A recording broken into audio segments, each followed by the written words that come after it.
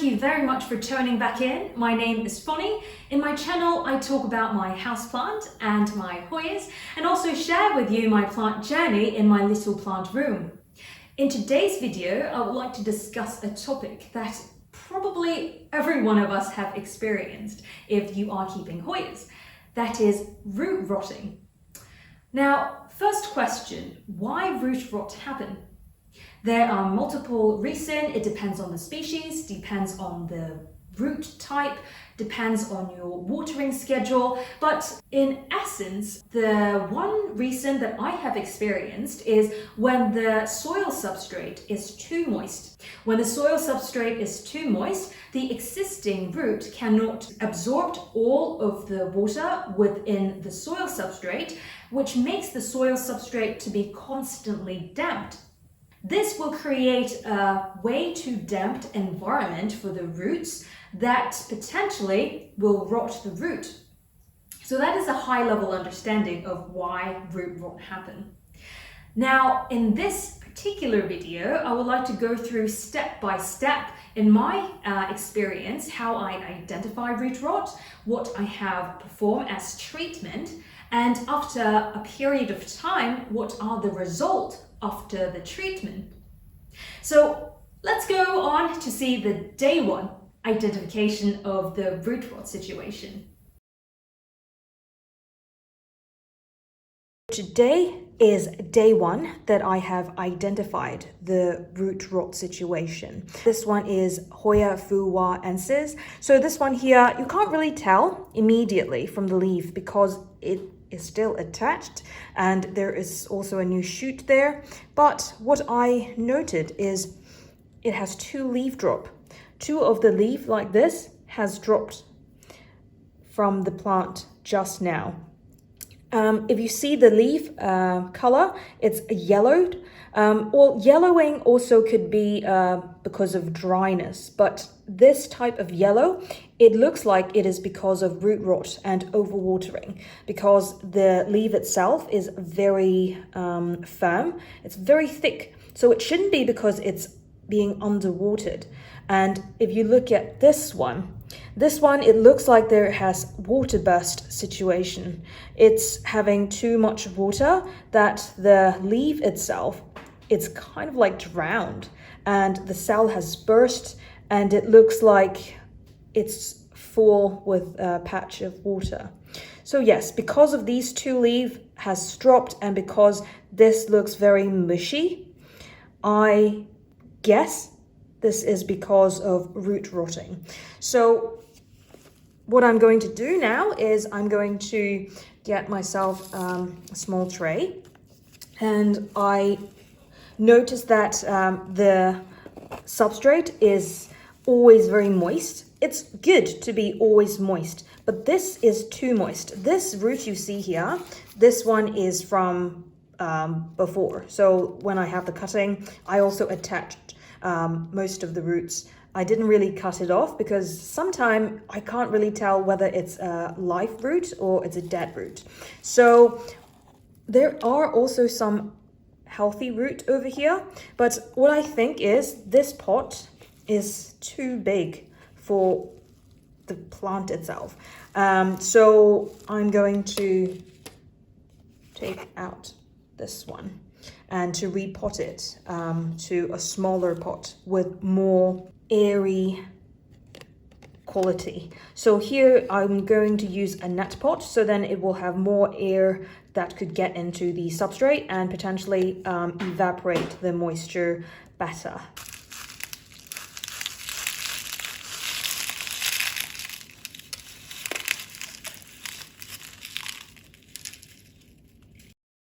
Okay, so this cutting, if you remember, I have showed you in the sphagnum moss unboxing.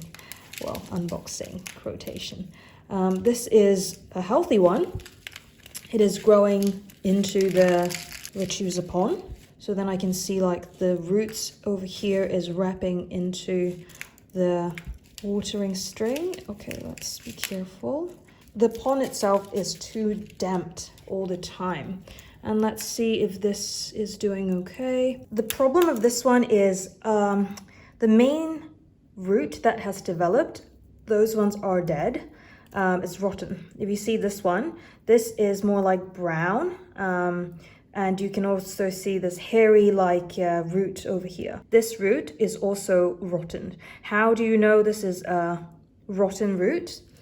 It's pretty simple. Well, basically, if you pull it, it's like this kind of hairy texture. This means this whole root is rotten. So what I anticipated on the root rot is the situation.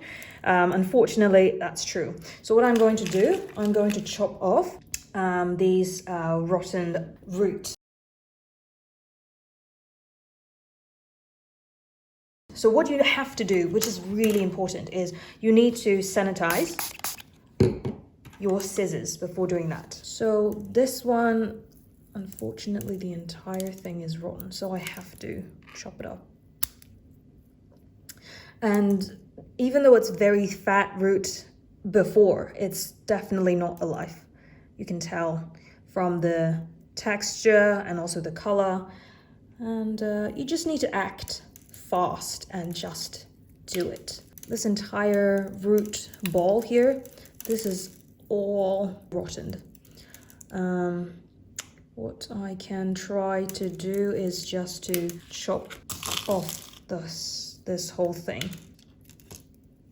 If you want to see if this is actually alive, white sap should be coming out, and no white sap is coming out, which is a very bad sign because this entire plant could be dead.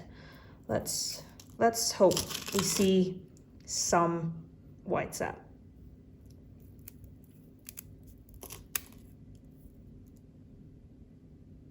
Okay, no white sap. It's very mushy. This one here is not alive.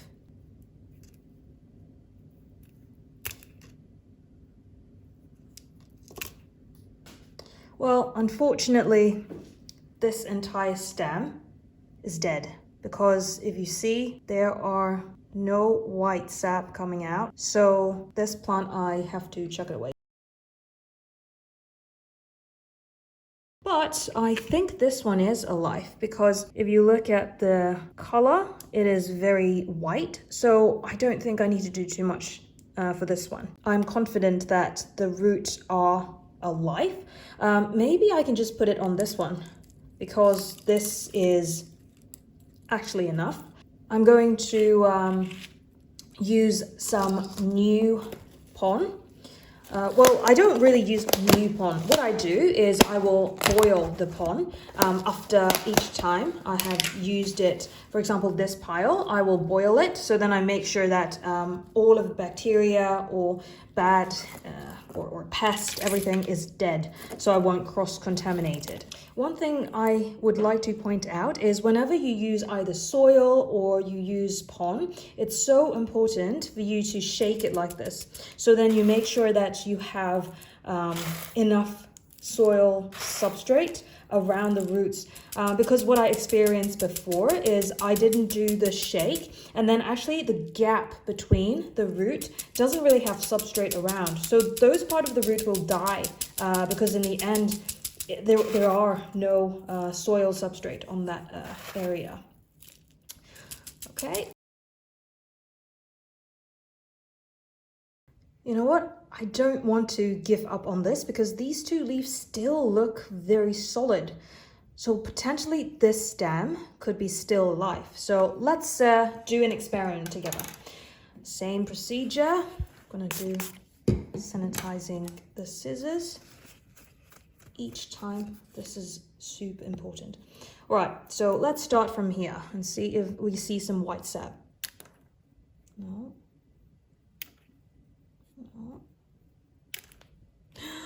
See, there are white sap coming out. Wow, that's awesome. Which means that this part with one node is still alive. Whenever you cut a stem, you need to make sure you seal the wound. Okay, I have the cinnamon here. What I do is I will get the cinnamon and dip it here. So then this one is sealed. What I will do is I will keep it air dry like this for say 30 minutes, and then I will pop it back together with this one. And I will give you an update for all of them, hopefully in a month time, and I still see a live plant.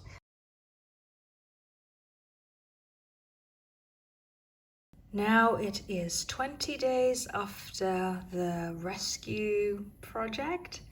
You can see that all of the leaves that I have shown you in the previous video, they're all still attached. And we can take a look and see if there's any new growth.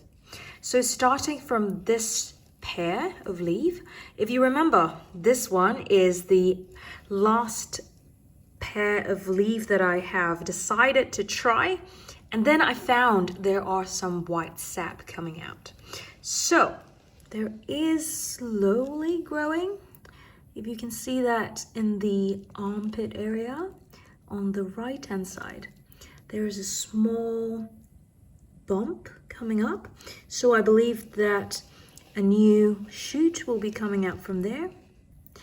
And the leaf is still very firm. It's not soggy firm, but it's a good texture. And if you see that this red rim, it is because I have aquarium light on top of it. But the most interesting part is this stem over here. You did not see it incorrectly. There you go. There is a peduncle grown from the rescue project. So if you see this one, it is, I believe it is actively growing, because last week when I look into it, it's still relatively shorter.